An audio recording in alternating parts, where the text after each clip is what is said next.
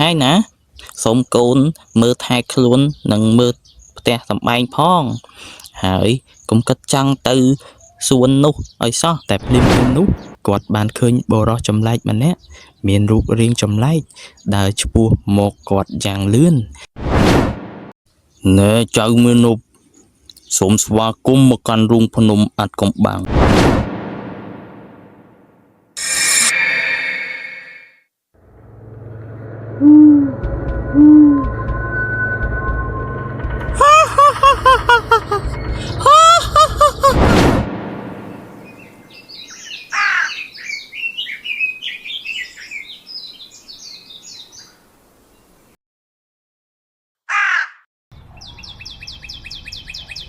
គាត់ទើបតែដើរបានបន្តិចស្រាប់តែភ្លាមនោះគាត់បានឃើញបុរសចម្លែកម្នាក់មានរូបរាងចម្លែកដើរឆ្ពោះមកគាត់យ៉ាងលឿនហើយបានឈរនៅចំពីមុខគាត់ដនមានអារម្មណ៍ភ័យខ្លាចយ៉ាងខ្លាំងតើមនុស្សចម្លែកនោះជាអ្នកណាវាមើលទៅដូចជាបិសាចប៉ុន្តែមានរាងកាយជាមនុស្ស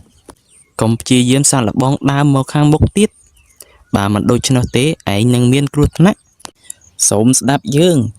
ងមិនមែនជាអ្នកភូមិដែលត្រូវបានឯងបន្លាចកន្លងនោះទេយើងមកទីនេះដោយមានគោលបំណងមួយហើយគ្មានអ្វីអាចបញ្ឈប់យើងបានទេសូមជៀសផ្លូវបើមិនដូច្នោះទេឯងនឹងស្លាប់បន្ទាប់ពីដនបានព្រមានបរិសចម្លែកនោះបានឆ្លើយយ៉ាងមានកំហឹងក្តៅក្រហាយយ៉ាងខ្លាំងតែឯងមិនដឹងទេឬថាការចូលទៅក្នុងរូងភ្នំនេះអាចនឹងធ្វើឲ្យឯងបាត់បង់ជីវិតយើងមិនដឹងទេយើងគ្រាន់តែចង់ដឹងអាត់កំបាំងរបស់រូងភ្នំនេះតែប៉ុណ្ណោះ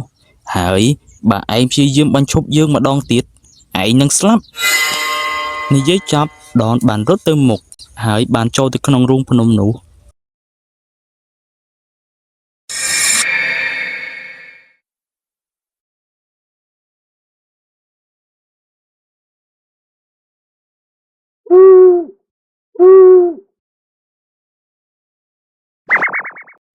ណែចៅមានុប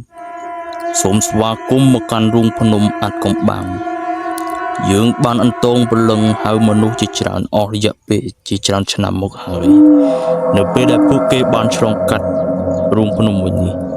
មនុស្សក្នុងភូមិមានការភ័យខ្លាចយ៉ាងខ្លាំងនៅពេលដែលបានឮសំឡេងរបស់យើងហើយបន្ទាប់មកក៏រត់ចាក់ចេញពីទីនេះគ្មាននរណាមួយដែលហ៊ានចូលក្នុងរូងភ្នំមួយនេះទេប៉ុន្តែឯងវិញពិតជាក្លាហានខ្លាំងណាស់ចៅមានុបឯងគឺជាក្មេងប្រុសដ៏ក្លាហានម្នាក់ដែលបានហ៊ានចូលមកកាន់រូងភ្នំមួយនេះតែម្នាក់ឯងប៉ុន្តែតើហេតុអ្វីបានជាយើងមិនអាចមើលឃើញអ្នកតតែសោះឬឯងកំពុងបំបាំងកាយមិនឲ្យយើងឃើញមែនឬទេឯងមិនអាចឃើញយើងបានទេឥឡូវនេះពីព្រោះយើងគ្រាន់តែជាស្រមោលនៃអរិយទឹករីឯអរិយទឹកពិតប្រាកដត្រូវបានចាប់ខ្លួនឃុំឃាំងនៅក្នុងរូងភ្នំយ៉ាងជ្រៅជាយូរឆ្នាំណាស់មកហើយត្រូវឃុំខ្លួនបើអញ្ចឹងតើមានវិធីណាក្នុងការដោះលែងពីការឃុំឃាំងអំពើវេទមន្តពីបិសាចមួយនោះទេមិនមានវិធីក្នុងការដោះលែងយើងពីបិសាចវេទមន្តនោះទេប៉ុន្តែចៅមានុបមានវិធីមួយដែលអាចទៅដល់វាបានប៉ុន្តែអ្នកត្រូវធ្វើដំណើរយ៉ាងជ្រៅចូលទៅក្នុងរូងភ្នំនោះមានតែគាត់ប៉ុណ្ណោះដែលអាចប្រាប់ឯងពីអាត់កំបាំងនៃការដោះលែងពីការឃុំឃាំងបានដូច្នេះដនបានចាប់ផ្ដើមដើរទៅយ៉ាងជ្រៅក្នុងរូង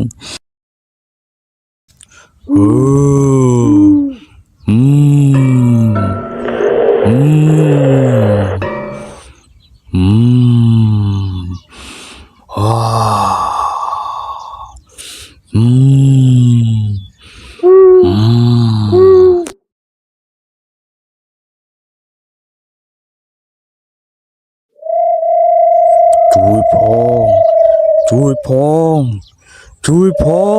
ងតើអ្នកណាធ្វើដាក់យើងជួយ ជួយ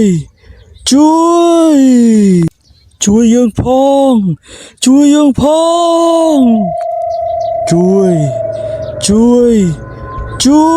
យជួយយើងផងជួយយើងផង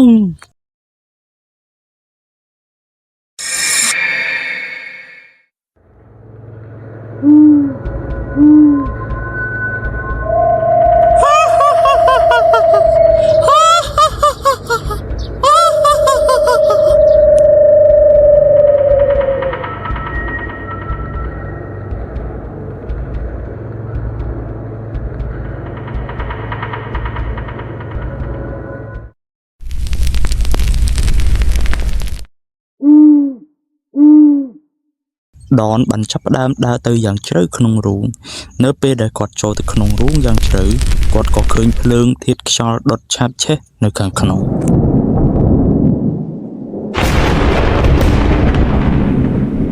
មកនេះមកចៅមានរូបដ៏ក្លាហានយើងកំពុងរងចាំឯងហើយ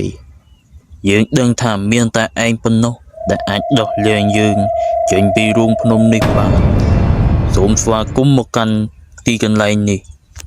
យើងចង់ឃើញឯងខ្លាំងណាស់ចៅមនុស្សសូមឈរឲ្យចិត្តយើងបន្តិចមកកុំរត់ទៅណាអីចៅមនុស្ស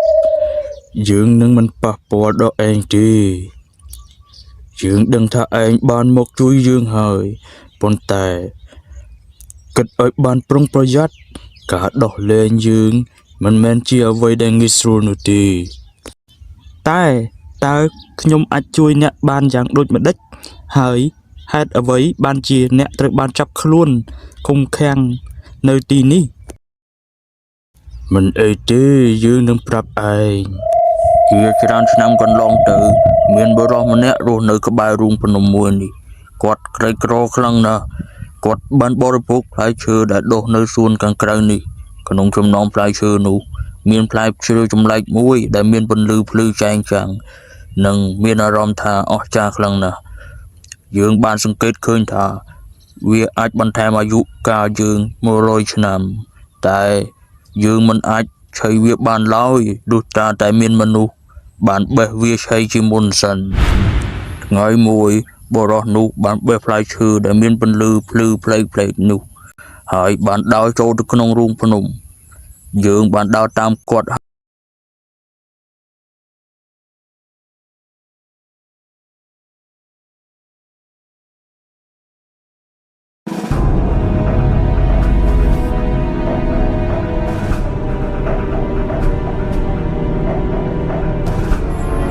ចៅមនុស្សឯងបានបេះផ្លែឈើដែលមានពន្លឺភ្លឺផ្លេកៗនេះហើយឲ្យផ្លែឈើនេះមកយើងហើយយើងនឹងឲ្យបំណងប្រាថ្នាទៅឯងចំនួន2សូមឲ្យបួងសួងមកយកព្រមយើងនឹងផ្ដល់ផ្លែឈើដែលមានពន្លឺផ្លេកៗនេះឲ្យទៅឯងតែយើងមានបំណងប្រាថ្នា2បំណងទី1គឺឲ្យសួនផ្កានេះជារបស់យើងជារៀងរហូតបំណងទី2អ្នកត្រូវបានឃុំឃាំងខ្លួននៅក្នុងរូងភ្នំនេះជារៀងរហូតហើយគ្មាននរណាអាចមកជិតសួននេះបានទេ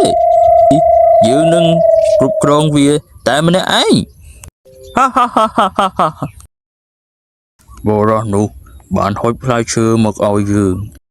ហើយយើងបានឆេះវាបន្ទាប់មកអាយុកាលរបស់យើងបានកើនឡើង100ឆ្នាំ